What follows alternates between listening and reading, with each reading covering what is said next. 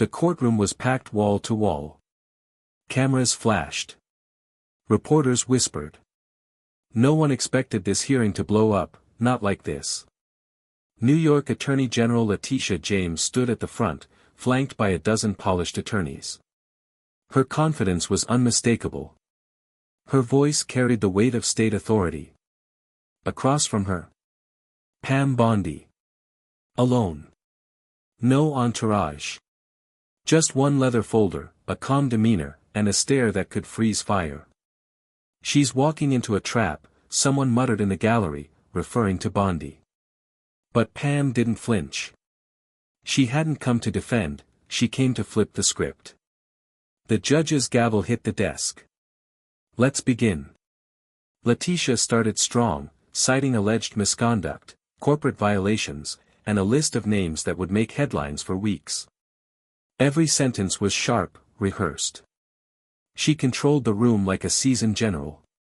Pam sat quietly. Until the judge turned to her. Ms. Bondi, do you have a response? She stood slowly. Walked to the center. And with just one move, she reached into her folder, and pulled out a single envelope. The room fell into a hush as Pam Bondi held up the envelope, her fingers deliberate, her expression unreadable. Letitia James leaned forward slightly, trying to glimpse its contents. The judge raised an eyebrow. Pam spoke, calm, measured, and ice-cold. Your Honor, before I respond to the allegations, I believe this sealed document should be entered into evidence. It's marked confidential, but I've secured temporary clearance for this hearing. Letitia shifted in her seat. The judge gestured. Approach. Pam walked the envelope to the bench, handing it over without a word. The judge tore it open and read silently. His expression, once neutral, slowly morphed into something else, confusion, then disbelief. Letitia's voice cut through. Your Honor, if I may, the judge held up a hand. Ms. James, you're going to want to sit down. Gasps rippled across the gallery. The judge looked up. This document contains internal communications from your office, Ms. James. Dated last month. It suggests your team knowingly pursued charges against a private citizen, after exculpatory evidence had already cleared them. Letitia's mouth opened. No words came out. Pam finally spoke again, her voice firm. That's the move. I don't argue with noise. I bring receipts. The silence in the courtroom shattered as murmurs turned into full-on chatter. Reporters furiously typed on laptops, cameras zoomed in, and the audience leaned forward, sensing a shift they hadn't seen coming. Letitia James stood frozen. Her legal team began whispering behind her, flipping through files, confusion on their faces. Pam Bondi stayed right where she was, arms crossed, eyes locked on Letitia like a hawk that had just cornered its prey.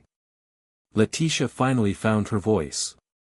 Your Honor, we request time to review that document, but the judge wasn't having it. Ms. James, your office signed this. You personally approved the memo that instructed your staff to withhold the dismissal notice. This isn't some minor slip. If verified, this would constitute prosecutorial misconduct. Letitia blinked, struggling to keep her composure. That memo was never meant to, Pam cut in sharply. Never meant to be seen. I know. That's why it was buried. The judge turned to Bondi. How did you obtain this? Pam stepped forward.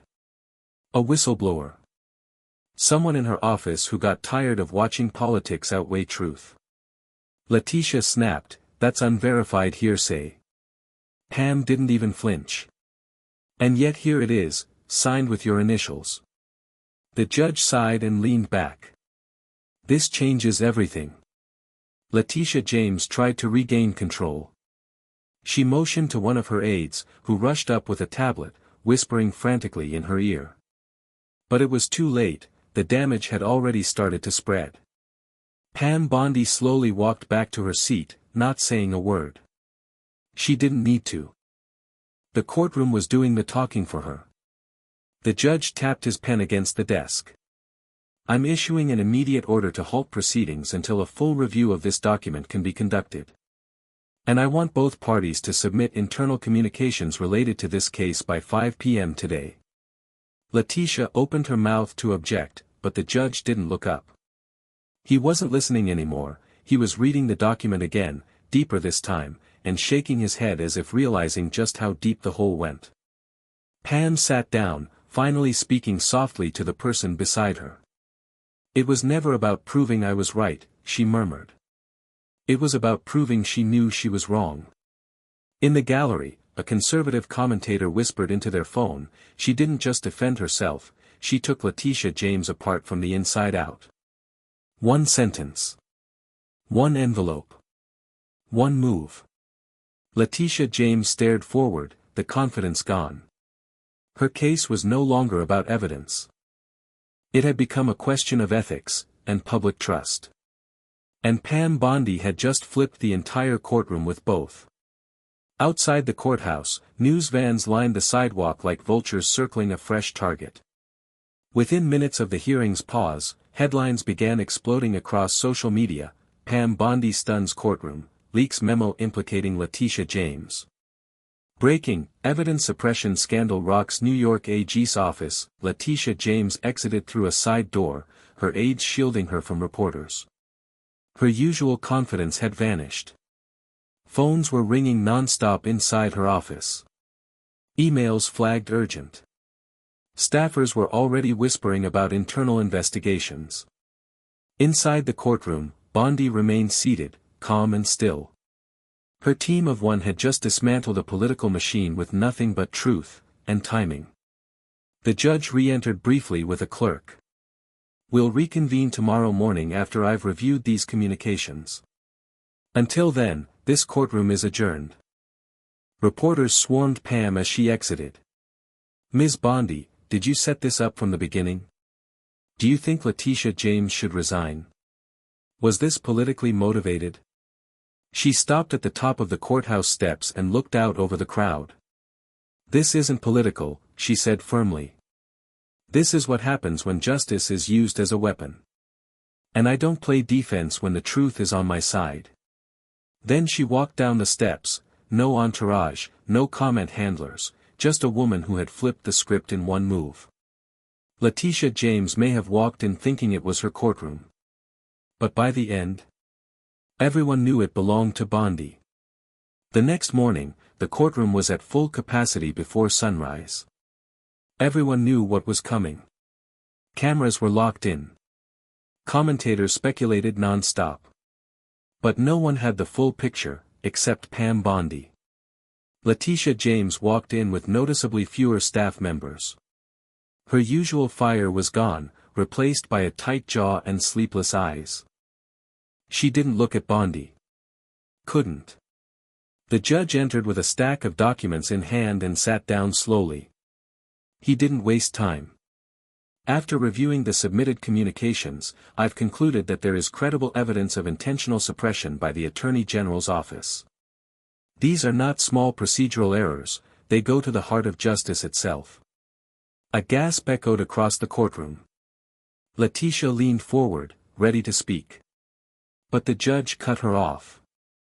Until further notice, I am referring this matter to the State Ethics Commission and the Department of Justice for independent review. The current case is dismissed, and Ms. Bondi is cleared of all accusations. Court adjourned. Letitia stood frozen. Then, slowly, she sank back into her seat. Pam Bondi didn't cheer. She didn't smirk. She simply stood, nodded to the judge, and walked out, calm, centered, unshaken. Epilogue: 2 weeks later, Letitia James was under investigation. A special counsel was appointed. Public confidence plummeted. Political allies distanced themselves. Meanwhile, Pam Bondi's move was being studied in law schools and think tanks. They called it the envelope strategy. One move. One document. Total devastation, without raising her voice.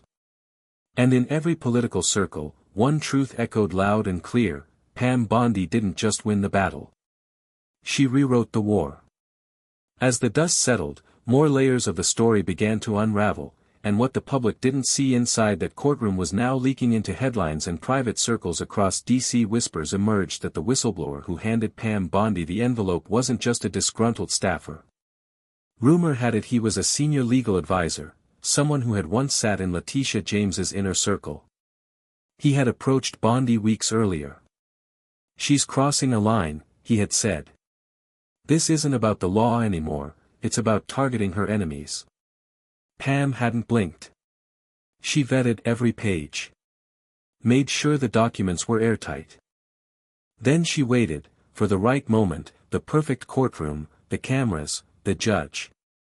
It wasn't just one move. It was a checkmate, 10 steps in the making. Now, legal panels on television were dissecting her every word. Analysts debated whether Letitia James could survive the ethics investigation. And behind closed doors in state capitals and D.C. itself, politicians were taking notes. Never underestimate a lawyer with a quiet strategy. Especially when that lawyer is Pam Bondi. She received a message that night, no name attached. Just 5 words, that was masterfully executed. 45. She smiled slightly. Then deleted the message. Because for Bondi, the win wasn't about headlines or clout. It was about something bigger, reminding the system that truth, when wielded correctly, is the sharpest weapon of all. While mainstream headlines focused on the courtroom drama, political operatives were scrambling behind closed doors. Letitia James's allies had gone silent. Her public appearances were cancelled. Former supporters released carefully worded statements about awaiting due process. In contrast, Pam Bondi was everywhere, but not by choice. She refused interviews. Declined speaking gigs. And yet, her silence only amplified the impact. In conservative circles, she was hailed as a strategist. In legal circles, as a tactician. Even critics begrudgingly admitted, she played this flawlessly. But the real storm was just beginning. 2 congressional subcommittees announced they would be reviewing the broader implications of James's conduct. Several cases her office had brought over the past year were paused or re-examined. Defendants across the state were filing appeals citing Bondi precedent, a phrase already coined by legal bloggers. In one moment, one courtroom, Pam Bondi didn't just win a case, she redefined how cases would be fought. At home, she finally sat down and turned on the news. Her name was being mentioned alongside words like game changer and reckoning. She muted the TV. She already knew the truth. She didn't destroy Letitia James to rise. She did it because someone had to. And when the system forgets it serves the people, sometimes it takes just one move to make it remember. 3 weeks after the courtroom collapse, just when it seemed like Pam Bondi had exited the stage, a new headline hit the wire. Breaking, federal grand jury subpoenas Pam Bondi over source of leaked evidence, the media went into a frenzy. The same justice system she had just exposed, was now turning its eyes on her. News anchors speculated non-stop. Was the document illegally obtained? Was the whistleblower protected? Did Bondi cross a legal line to take Letitia James down? Pam watched it unfold with that same unshaken calm. She had expected this. Power never concedes without pushback. That evening, a private black car pulled up to a nondescript building in D.C. Pam stepped out, briefcase in hand. She entered through a side door, not flanked by lawyers, not flanked by cameras. Inside was a conference room. Waiting for her, 2 federal prosecutors, 1 clerk, 1 recorder. The lead prosecutor slid a document across the table. "Before we begin, Ms. Bondi, we need to know one thing." She opened the briefcase. Pulled out a second envelope. "This," she said calmly, "is what you're really looking for. You're subpoenaing me over the method, but maybe you should be asking why no one subpoenaed the truth in her office." The prosecutors exchanged a look. Because once again, just like before, Pam Bondi hadn't walked into this room to defend herself. She walked in ready to flip the whole thing over. Again. The lead prosecutor unfolded the second envelope, scanning its contents line by line. His face tightened. Inside were internal messages, more than what had been shown in court. This batch detailed a series of communications between Letitia James's office and two outside political operatives, discussing timing, media leaks, and coordination on cases that should have never left the DA's desk. "Where did you get this?" he asked slowly. Pam leaned forward. Calm. Direct. "You're asking the wrong question," she said. "The real question is why none of you knew this existed, or worse, why you pretended it didn't." The younger prosecutor shifted in his seat, visibly uncomfortable. Pam stood. "You thought I was playing defense. I wasn't. I was giving the system one last chance to clean itself up, internally."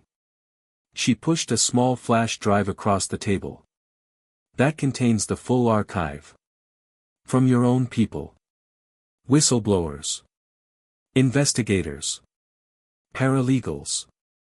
Judges. Some of them still loyal to justice. Most of them tired of watching it get sold." The lead prosecutor paused. "If we move forward with this, it doesn't just end her career," Pam nodded. "It ends the lie." She turned to leave. But before exiting, she left them with one final shot: "If you try to turn this on me again, just remember, I don't bluff. I move. And when I do, I finish it." As the door clicked shut behind her, the prosecutors stared at each other, dead silent. Because they knew, Pam Bondi didn't just bring the system to its knees. She handed it a mirror.